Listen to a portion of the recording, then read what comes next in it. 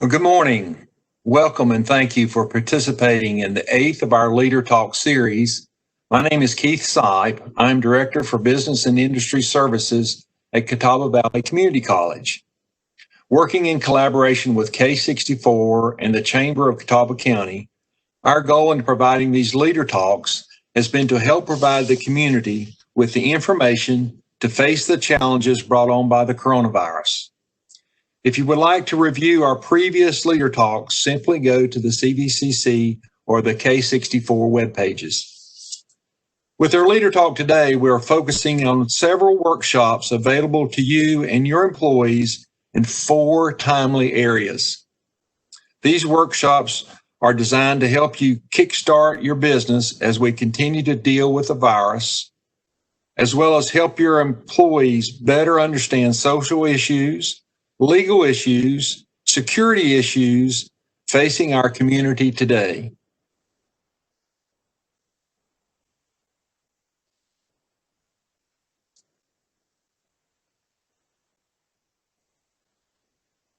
First, in our series of workshops, Accelerating Your Business as we continue to struggle with COVID-19. We're hosting 5 individual workshops helping you and your employees deal with things like change, morale, motivation, innovative thinking, and customer service. These will be presented by Wade Younger, CEO of the Value Wave. Second, to better understand diversity, equity, and inclusion, we are hosting a very timely workshop helping your employees understand their internal biases. This workshop will be conducted by Dr. Nicole Whitehead and Dr. Ashley Duggar.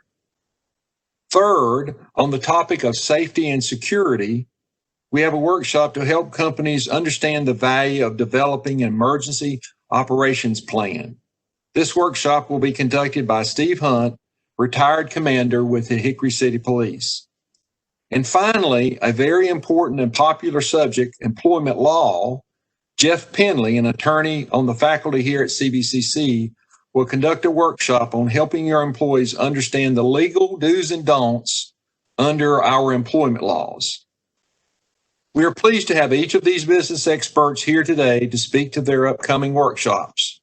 Dr. Keith Mackey, Executive Vice President here at CVCC, will introduce each of our distinguished speakers. Following Dr. Mackey, our guest speakers will share just a few points on their workshops and the value they represent for you and your employees. Then Chris Reese, Business Liaison with K64, will open the floor up to your questions. You can use the chat function in the WebEx to submit your questions. Our honored speakers will be happy to address your questions that you might have about their upcoming workshops.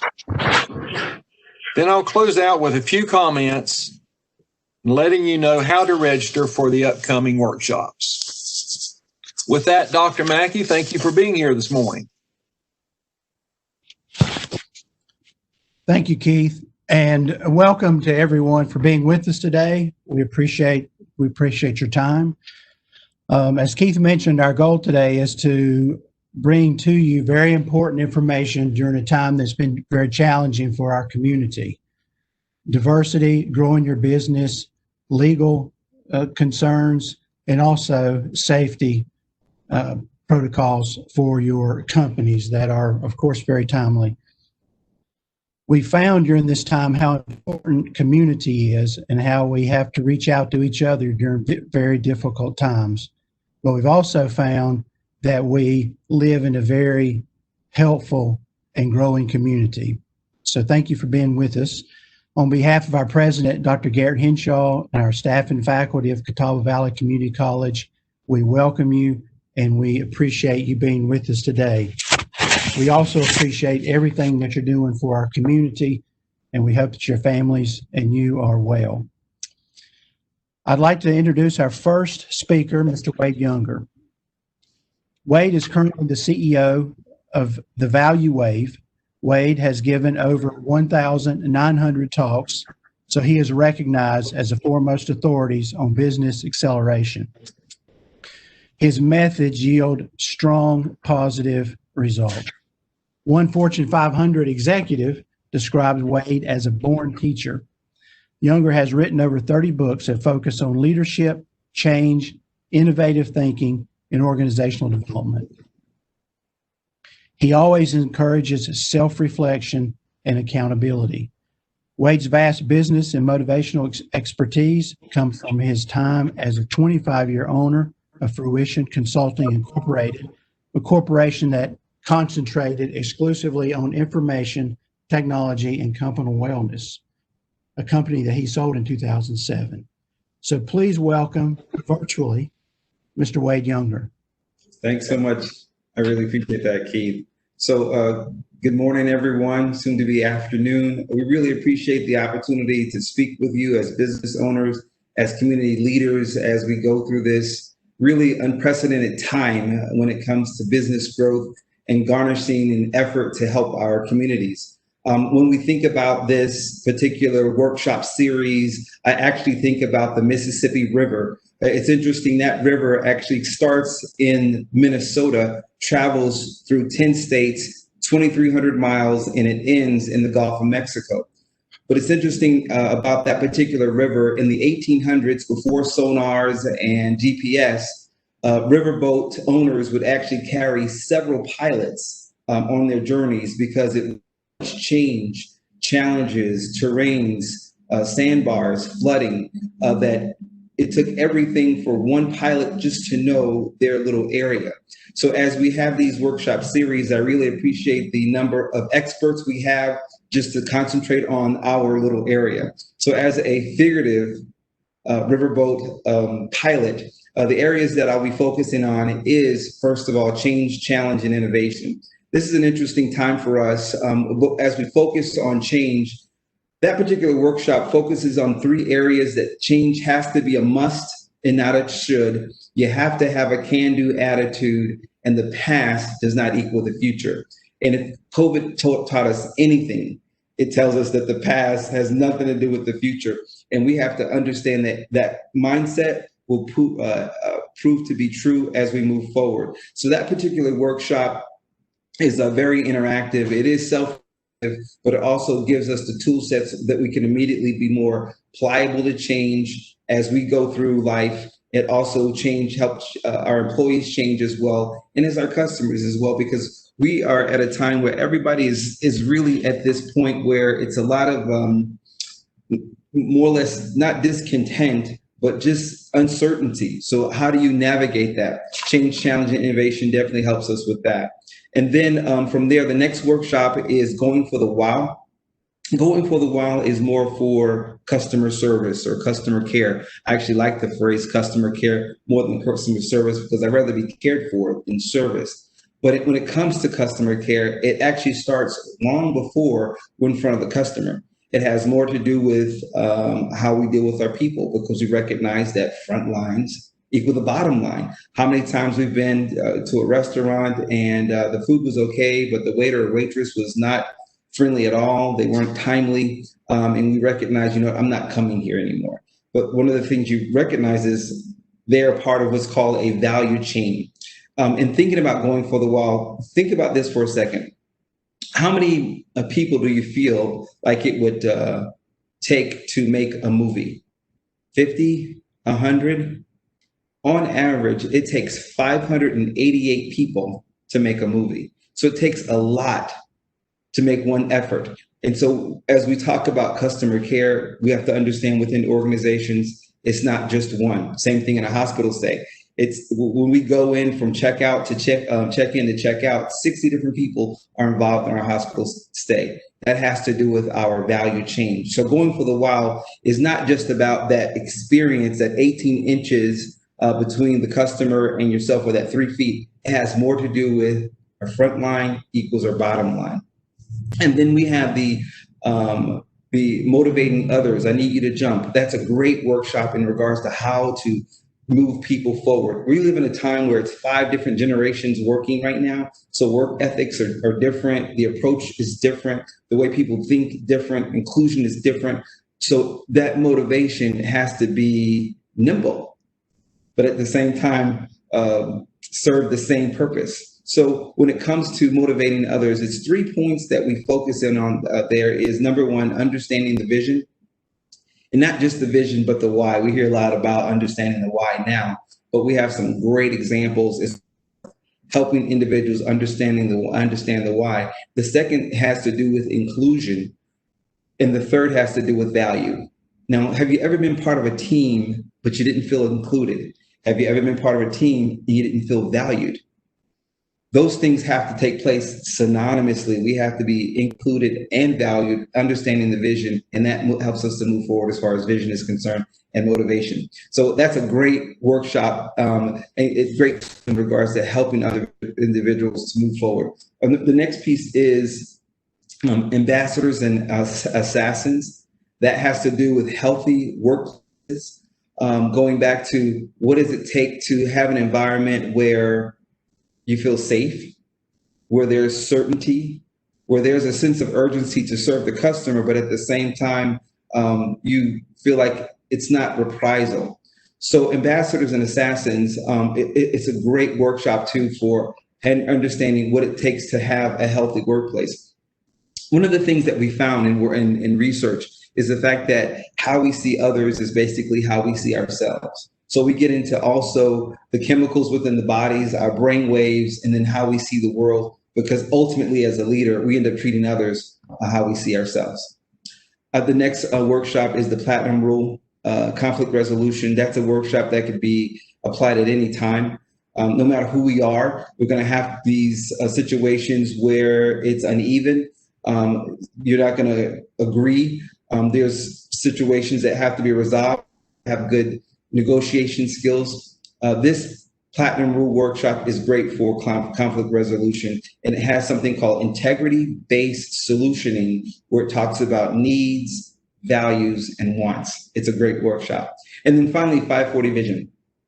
If you got a chance to look at anything I do, I also work with a lot of companies in regards to acceleration, but speed to market, speed to value.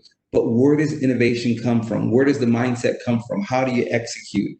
Where do those things come from? That 540 Vision workshop is all about strategy and execution. It's a great workshop. If you felt like, man, what is that? Where's my Google idea? Where's my Facebook idea? And how do we execute it? But 540 Vision is awesome for that. I'm going to pause here and turn it back over. But thank you so much for your time.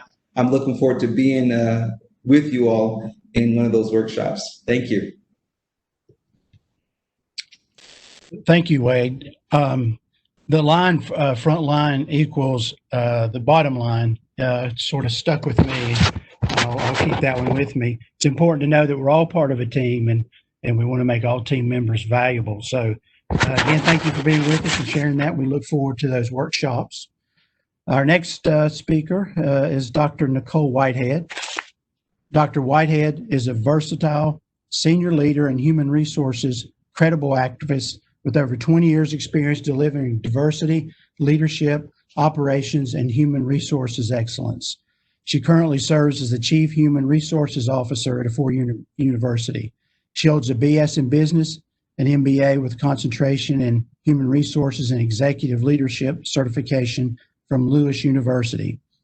Also, she has a doctorate in higher education, organizational change from Benedictine University. Dr. Whitehead holds Society for Human Resources Management Senior Certified Professional and Senior Professional in Human Resources certifications, and teaches both certification courses to provide others to achieve the credentials. She completed a mediation certification training at the Justice Center of Atlanta and is a registered neutral with the state of Georgia. So Dr. Whitehead, thank you for being with us today. Thank you, Dr. Mason.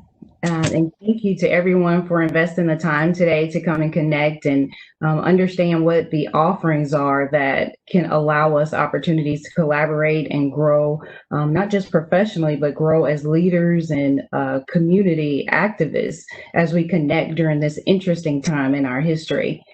So when you hear things like diversity and stereotypes and discrimination, those things can make you pause and make you feel anxious and want to try to understand where do I see myself in the change that needs to happen in our current climate?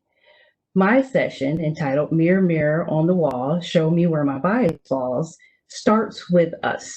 Whether your seat is a leader or a follower or an influencer or one and all the same, is to take a moment without that feeling of shame, because we all have bias from the perspective of unconscious and conscious bias, or what you will hear are terms like bias that affects how we do jobs or how we recruit or how we look at individuals and the support that we give them.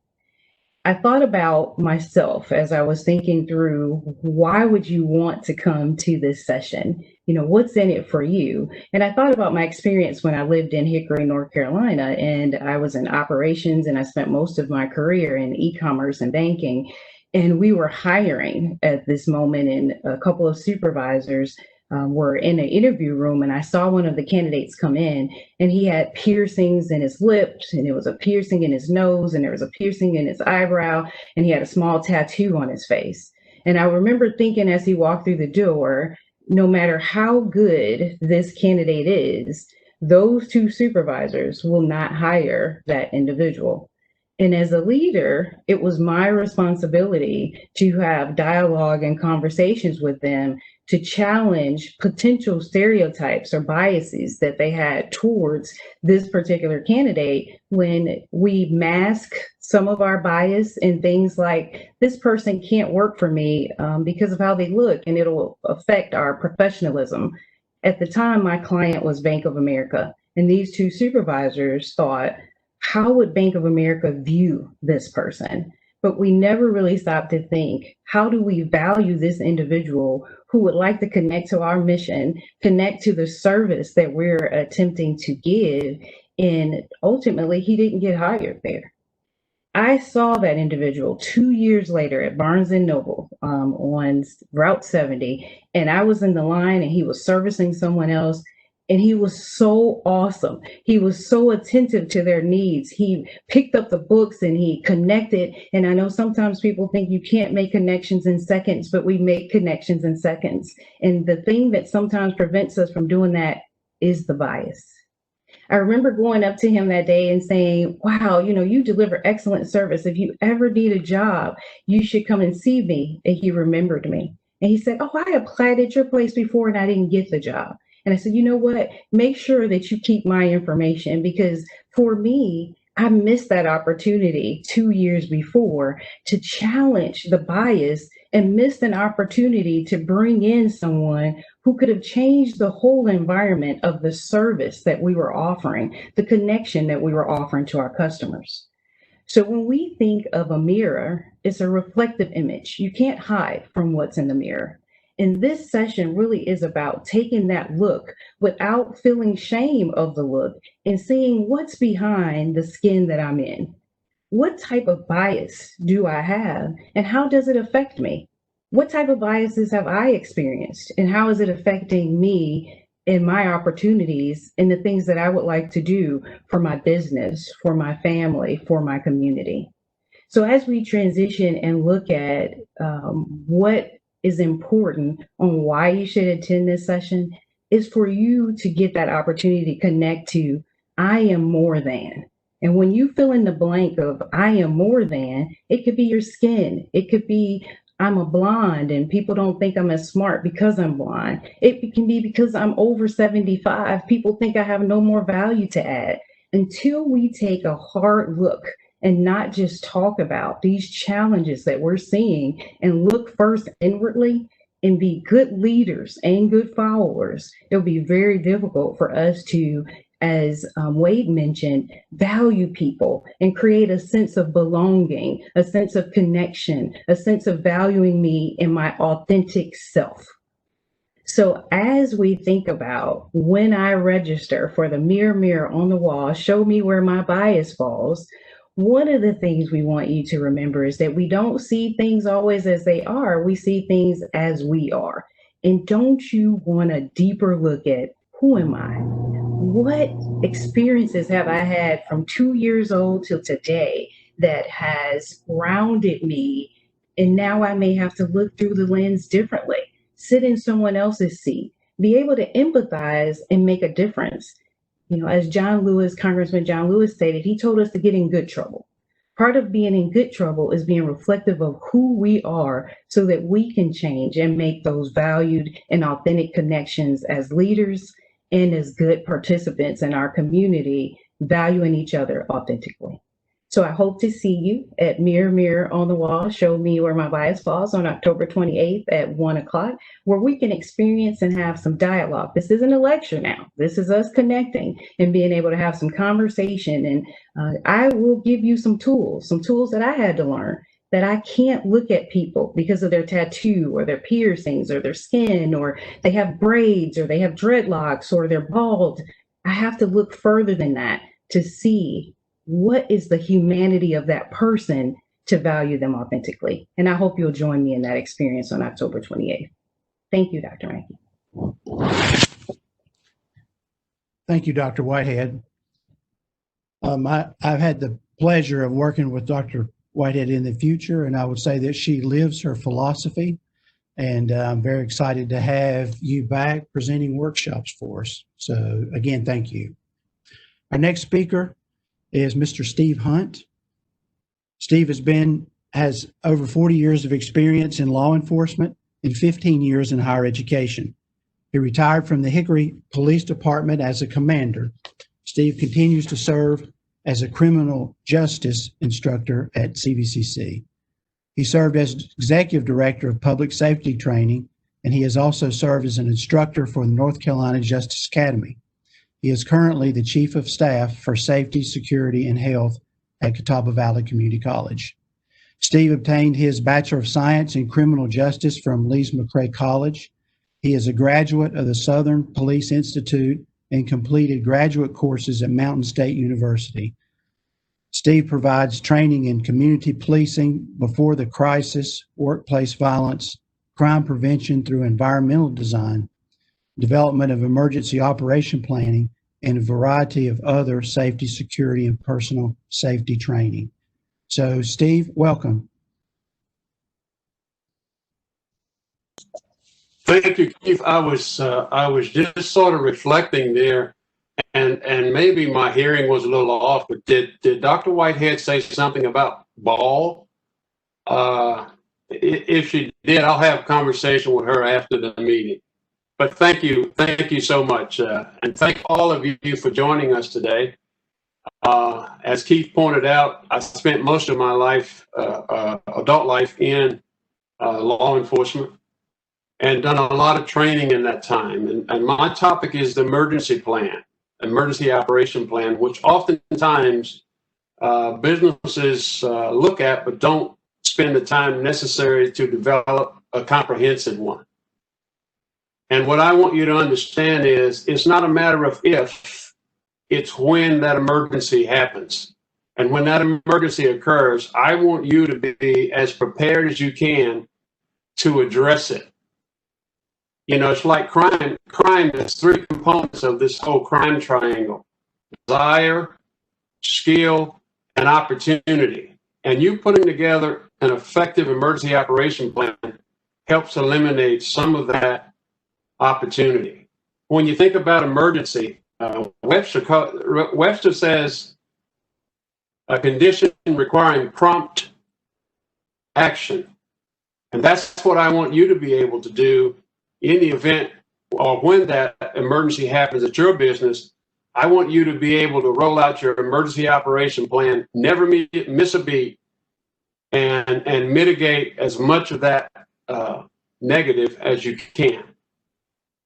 We're going to talk about a number of things in this workshop on October 30th.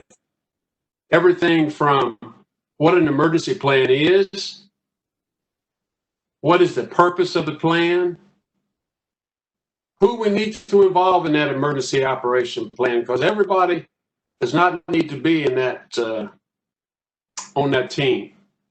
A friend of mine oftentimes says some people are meant to be the police and some people are meant to call the police. Well, you have some people in your company who needs to be a part of that team, and then you have some who needs to be the one who calls that team.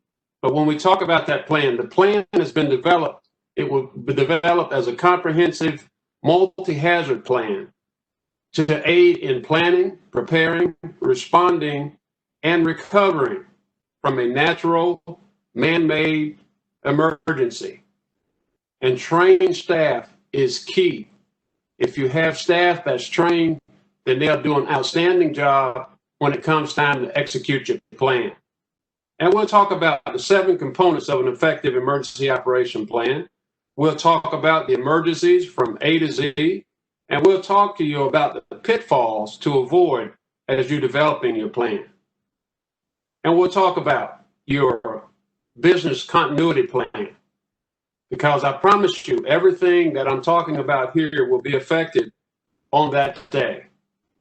We'll have a tabletop exercise where we will walk through an emergency. And then after that, we'll have an after action review, and we'll talk about the deficiencies in that plan. I will take a look at your plan and I'll make recommendations as how to improve your plan. And we'll talk about how we need to evaluate our plans annually or as needed. And we need to update them as people leave, as people take other positions. We need to make sure that our plan is up to date. And at the end of the day, I want you to make sure to never forget the media when you have an emergency, because understand the media has a job to do. They're going to tell a story. And we want you to be the narrative. We want you to create the narrative for that story that the media tells. Look at the emergency operation plan, evaluate it, and make sure, not if, but make sure when that emergency strikes that you're ready to roll out that plan. And remember, we want to protect life, property, and mitigate as much of the negative as we can as we talk about developing our emergency operation plan. So I'm looking forward to seeing you on the 30th of October at 1 o'clock.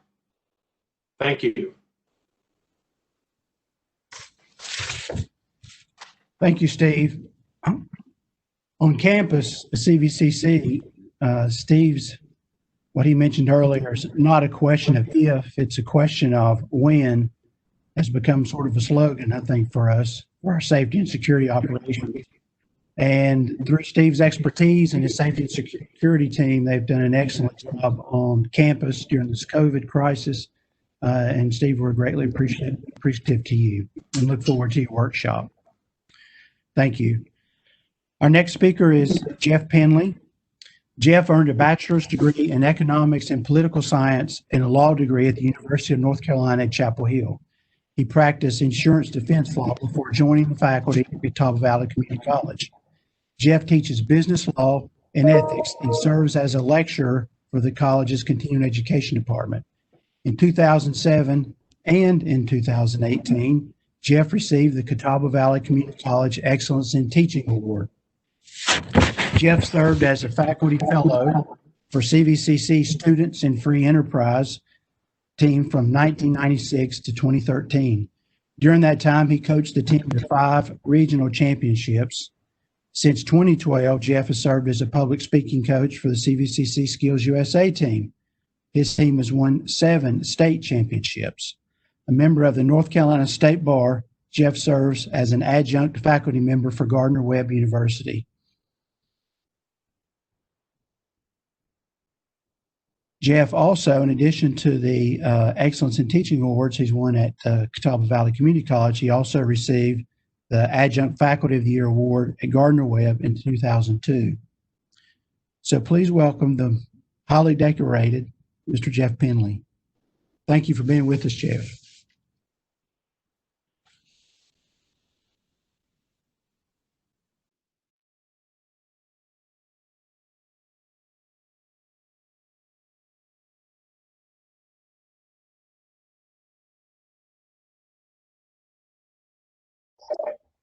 Jeff, you're on mute. All right. My apologies, but I just wanted to say good afternoon to everyone. And Dr. Mackey, thank you for that fine introduction. I appreciate the fact that everyone is with us today. And I want to emphasize the fact that I consider myself very much honored and privileged to be part of such a fine group in terms of trying to deliver essential topics to all of the attendees of the seminars during these challenging times that we face.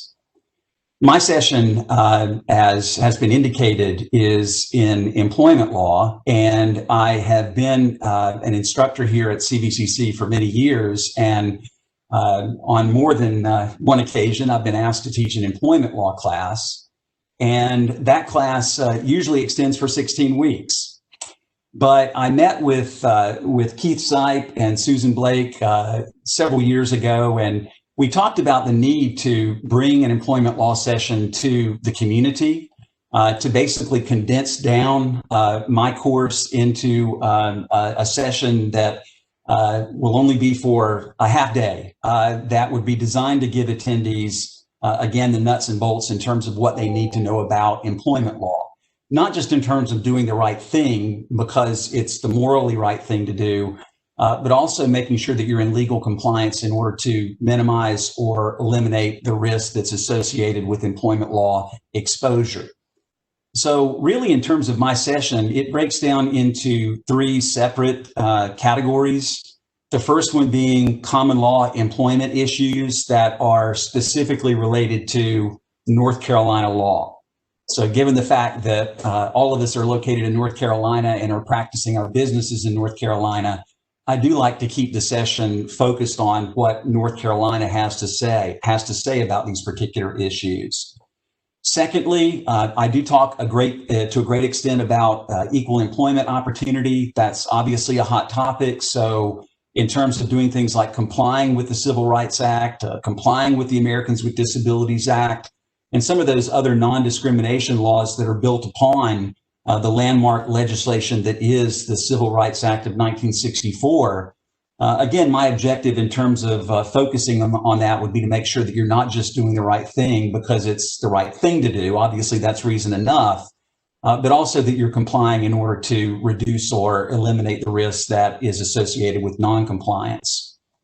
The third part of my session is devoted to other employment laws. It's sort of a grab bag category that doesn't really specifically relate to the previous two, that would focus on issues like the Occupational Safety and Health Act and making sure that your organization is in compliance with not only the general duty of OSHA, and that is to make sure that you're providing generally a safe work environment, but that you're also complying with the specific requirements that might be imposed on your particular industry by the Occupational Safety and Health Administration. So it's an ambitious session, but I like ambitious, and I like the fact that we've been able to reduce this into a 3-hour workable session that will hopefully give your employees practical skills in terms of making sure that they're compliant.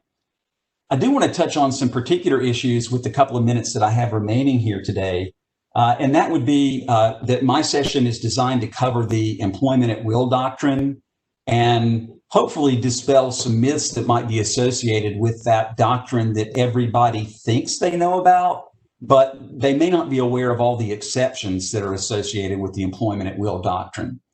Most of you will understand that the employment at will doctrine stands for the general proposition that you can hire and fire employees at will for any reason or for no reason at all. But as I like to describe to seminar attendees, that doctrine is so filled with holes, with exceptions, that it really looks a lot like Swiss cheese now. There are so many exceptions to the employment at will doctrine, and I won't go into that now, except to say that one big topic that's really hot right now is wrongful discharge, to where an employer may not be equitably applying policies and procedures to all of their employees.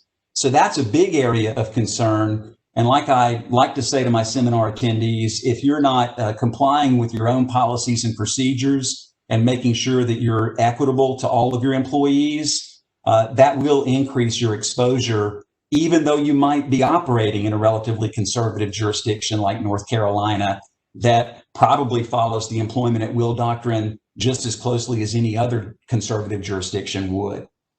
So that's one thing to keep in mind. Another topic that we talk about, the doctrine of respondeat superior, which basically stands for the notion that any negligent acts that are committed by employees, the employer is responsible for. So it's a pretty heavy burden, and I want to make sure that all seminar attendees are aware of that risk exposure. And from a non-supervisory standpoint, making sure that you understand the potential trouble that you could get your employer in if you commit a negligent act that harms a third party in the course and scope of your employment.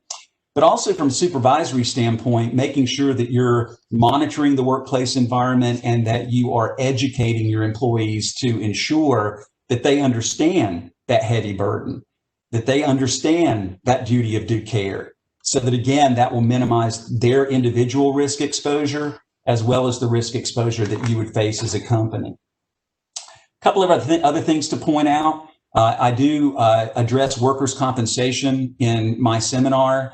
I practiced for several years, as Dr. Mackey said, in insurance defense work. And one of my primary responsibilities was to represent employers and insurance companies in workers' compensation cases.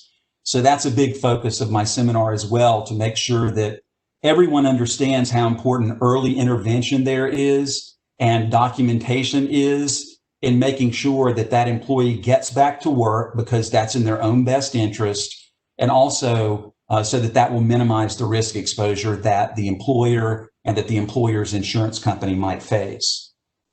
A couple of other points. In terms of the employee right to privacy, there really is no employee right to privacy anymore. That's been eroded over time. I wanted to share with you an example of when I was at a continuing legal education conference in Portland, Oregon. This has been several years ago. And they led off the employment law seminar there in Portland, Oregon, over 2,700 miles away from Catawba County, North Carolina, talking about that Domino's pizza restaurant in Conover, I think it was, to where those two employees had adulterated the food in all kinds of imaginative, disgusting ways. And yet that video that they made went viral. Thousands, hundreds of thousands of people viewed that video. The New York Times addressed the story. Portland, Oregon is concerned about the story. So I think more than anything, that illustrates the fact that really we've diminished this expectation of privacy in the workplace because we understand the magnitude of exposure that employers face in terms of wrongful acts that their employees commit. So I know that I'm pressed for time here. I want to say that from the standpoint of equal employment opportunity, I want everyone to understand that employers can be responsible not only for intentional acts of discrimination, but also policies and practices that have the effect of discrimination. So as an employer, you need to be concerned not only about that potential smoking gun evidence of discrimination, saying to a pregnant woman, well, if I would have known that you were going to get pregnant, I would have never hired you. That's the smoking gun evidence that plaintiffs' attorneys salivate over when they hear that kind of evidence, because it's easy to prove discrimination there. But there's this other category of discrimination called disparate impact discrimination, which would suggest that numbers and percentages of representation in the workplace matter. And that's one of the reasons why employers adopt affirmative action policies. They are not legally required to do that, but they do it based upon the fact that, number one, it's the right thing to do. And number two, that additionally is something that will help minimize our risk of exposure. All of you understand how long-winded attorneys can be, so I apologize if I've gone overtime here this afternoon. But I do want to say that as a closing point, that this seminar is designed to benefit your organization both up and down the organizational chain of command. And what I mean by that is that, come one, come all, in terms of non-supervisory employees learning from the session, all the way up to upper level management. And I think that I'm going to focus with a white heat, if you will, on making sure that attendees get as much value out of the session as possible in terms of doing the right thing and in terms of minimizing your organization's risk of legal exposure. So I hope to see all of you and your representatives from your workplace on Thursday, November the 19th from 1 until 4 p.m. Thank you very much. Thank you, Mr. Penley. Hey, this is Chris Reese. I'm with K64. First of all, again, want to thank everyone, all of our panelists for being here today, and of course the attendees. We know we're working in your lunchtime, and we appreciate your time. At this time, we are going to open up the floor to questions. If you will, use the Q&A box to enter those questions, and I'll try to keep up with them as much as we can. Had a lot of great topics here today, so I know we got some questions. We did have a couple already. I'm going to throw the first one out there. This one's actually for Mr. Younger. I'm going to summarize the question here. Several of your workshops are mentioned. Does any of the workshops particularly focus on upper management, maybe middle management, or employees? And if so, which ones? In other words, if a company's trying to get the most mileage out of attending, is there a way you'd kind of recommend those 4 or 5 workshops? Yeah, good question. I anticipated that one. So Change, Challenge, and Innovation is a great workshop for senior management, middle management, and customer facing as well. So that one is all inclusive, and it would be, if all of them, that's your Swiss Army knife. The other workshop that I do a lot of is the Platinum Rule, conflict resolution, because there's always these stopgaps that you have to overcome. So those two would be the ones that I would recommend for those senior mid-level management levels. Okay, great. Thank you. And while we're on that topic, I'm sure there's other folks probably got that same thought in mind for the other presenters. So if each one would kind of elaborate, starting with Mr. Penley and then Dr. Whitehead, and of course, Mr. Hunt, let us know which one of your workshops, which caters more to like upper management, middle management, maybe even a specific department or area. I'm thinking obviously HR related in some of these workshops, but go ahead, Mr. Penley. Well, I think that the sweet spot in terms of the session would be geared toward middle management in terms of ensuring that front level supervisors and non-supervisory employees are in compliance with state and federal employment law, as well as any policies and procedures that have been implemented by the organization to try to ensure that. But as I said in my presentation, I've tried to be cognizant of, serving everyone in that session. So I would welcome non-supervisory employees. I would welcome anyone within the organizational chain of command in terms of the value added that comes with covering federal and state employment law. Okay. And Dr. Whitehead?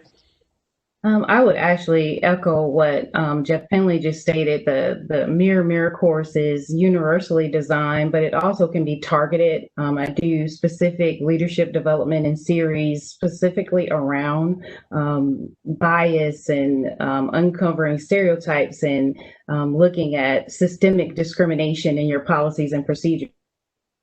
Things can be customized if there's a specific audience, but this particular class, is built right now for me as the leader and facilitator to flex. So if there's individuals that are at a mid-level or a senior level, there will be a comfort level. But if there's a situation where we need to lay on the couch and have, more of that personal one-on-one coaching, we can also do that outside of the course. So we do build it so that if there's some individual coaching and mentoring that needs to happen as a result of what is revealed in the self-assessments and things of that nature, we can do that at every level. Okay, thank you. And Mr. Hunt?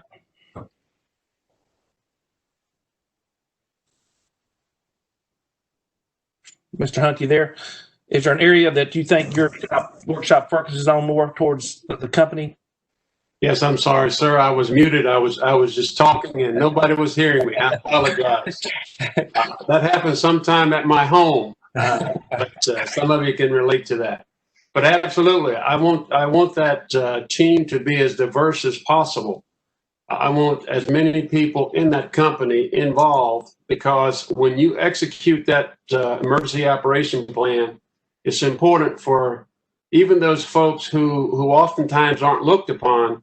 They're involved because they know a whole lot more about the building, the facilities, the cutoffs, all the things that you will need when you start trying to execute your plan. So, I mean, from the top to the bottom. Let me just put it that way. And a very diverse group.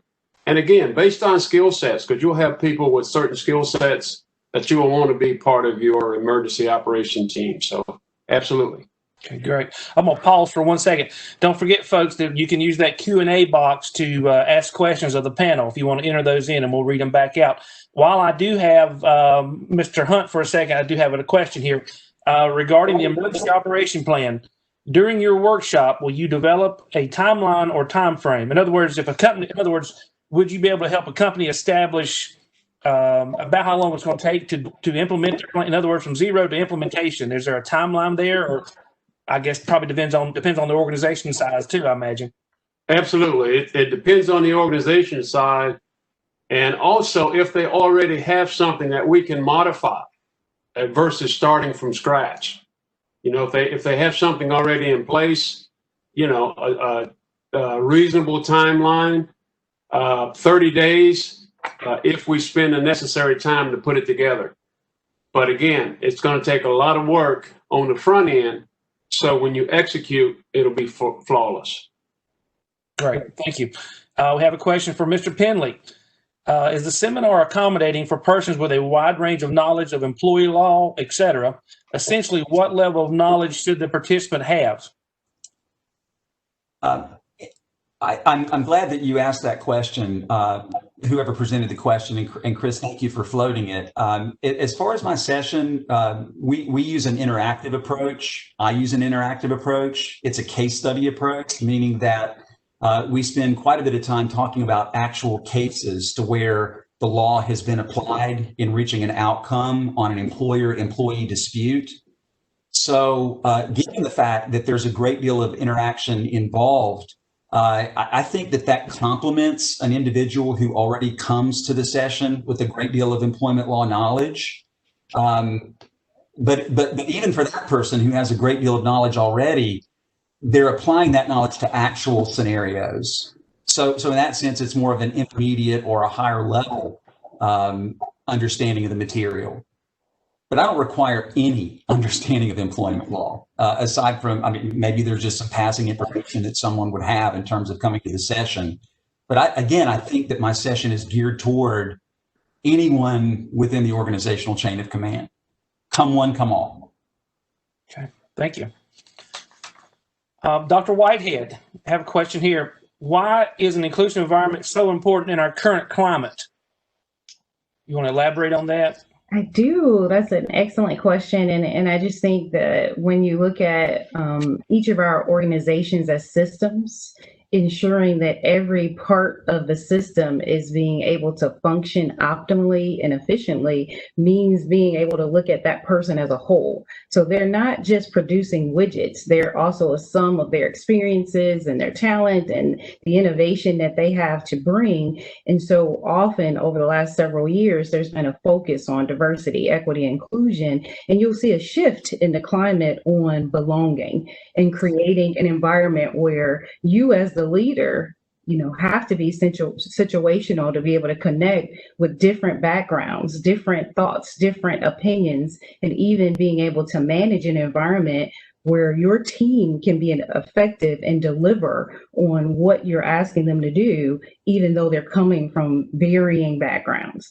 So when we think about inclusion as a whole, it really is looking at every opportunity to bring individuals together with their distinctiveness and their uniqueness. And oftentimes we say, I want diversity, but we as the leader aren't prepared to be able to manage all of the different experiences and backgrounds and motivations of individuals. And I had someone recently in one of my sessions say, why is it my responsibility to make sure my employee feels a sense of belonging? Isn't it their responsibility? It's a collective responsibility of creating an environment where individuals feel comfortable enough bringing their authentic self to work every day, so that these things that we're seeing going on in our nation, we can't put our head down, at work and say, this isn't affecting day to day, the operations, the systems, the connections, the, ability for individuals to remain engaged in our workplaces. So inclusion is so important, and understanding barriers to inclusion like bias,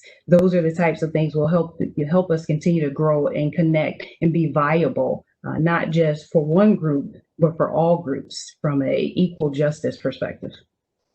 Okay, great. Thank you. We have a question for Mr. Younger again. One of your seminars references customer service. I made little notes a while ago. I think you referenced customer care as you were explaining that. The question is basically says to the effect of soft skills. Is there a lot of soft skills exploration or discussions in that particular customer service workshop? It is. That's a great question. It is. The 4 areas that we cover in regards to our customer care going for the while is communication skills, collaborative skills, creativity, and critical thinking, because you have to be able to problem solve on your feet. But in order for that to take place, one of the things that we recognize is a happy employee will purport that. We all recognize that good news travels slower than bad news. So with that being said, you want to make sure your employees are happy first. So we definitely take a retrofit perspective when it comes going for the while. But those are the soft skills that we focus in on. Communication skills are pretty obvious, as far as articulating thoughts, ideas, but that critical thinking, as far as listening is concerned, we use an acronym WAIT. WAIT stands for why am I talking? And the other thing too, when it comes to soft skills, whenever there is a complaint innately is a request for something different. When a person stops complaining, they feel like you can't help me. So we look at that differently as well. If you remember back when Sears and Montgomery Ward was around, there used to be a complaint department. And that was changed, obviously, to customer service, now customer care. So those are the skill sets. Great. Good answer. Mm-hmm. We have one more question here, and this is for Mr. Penley. This is getting very specific. They might be trying to steal some of your thunder here. Can an employer, they might be looking for some insights. Can an employer be held legally responsible for discrimination, even if there's no evidence of intentional discrimination? Mr. Penley? Yes, let me unmute. Absolutely, Chris. There are 2 theories of liability under the Civil Rights Act and other non-discrimination laws. Disparate treatment, as I said during my formal presentation, was more related to intentional discrimination, where the evidence is very clear that a decision maker within the organization made a decision that had the direct effect of discriminating against someone on the basis of race, gender, national origin, culture, religion, now LGBTQ status. But employers also need to be concerned about policies and practices that have what the lawyers refer to as a disparate impact on certain categories of individuals.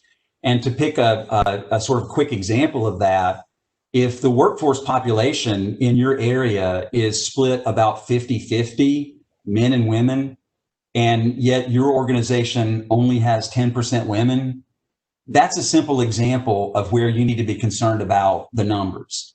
I'm not saying that the numbers would automatically lead to liability, and I'm not suggesting that an employer who's faced with those numbers should just clamor and say, oh gosh, we've got to go get some warm bodies in terms of female employees so that we can get our numbers right. But you do need to get back on track in terms of making sure that your workforce population is consistent, fairly consistent with the overall workforce population. So it's important to be mindful not only of having zero tolerance for intentional discrimination, but also making sure that your policies are in line with the law when it comes to the effect that those policies may have on certain categories of individuals. Walmart got in trouble several years ago, given the fact that in their mid-level and upper-level management ranks, 86% of those people were men, only 14% were women. So since that controversy broke, I think Walmart's been working pretty diligently down in Bentonville, Arkansas, to try to get the representation more reflective of the overall workforce population. And the fact that if you look at just the basic workforce at Walmart, I think it's 51% women versus 49% men. So women actually predominate there when it comes to overall workforce. Thank you for that question. Oh, yeah, good answer. Thank you. Thank you. I do not see any more questions at this time. Once again, thank you, panelists, and then those people that submitted questions. I'll turn it over to Mr. Sipe at this point. Well, thank you, Chris. I appreciate some great questions for our panelists. Just a quick wrap up in closing. From my perspective, all I can say is wow. The expertise of the four speakers that we have, pretty amazing. So first of all, I want to thank you, speakers, for spending your time with us this morning. I know many of us found your comments very informative, and thank you for that. Thank you, Wade, Nicole, Steve, and Jeff, for being with us this morning, and thank you for committing to conducting workshops going forward. I'd also like to thank each of you for participating this morning. As business leaders, we recognize that your time is valuable. I hope you found this hour or so that we spent together valuable to you, and I hope you will consider registering for one or more of the workshops coming, as you can see on the screen now, fairly soon. We have what we call open enrollment workshops. You can pull up the information from cvcc.edu. Quickly search business leader workshops, and up will come a list of all the workshops available. You can find that information there on our webpage very easily using the search function.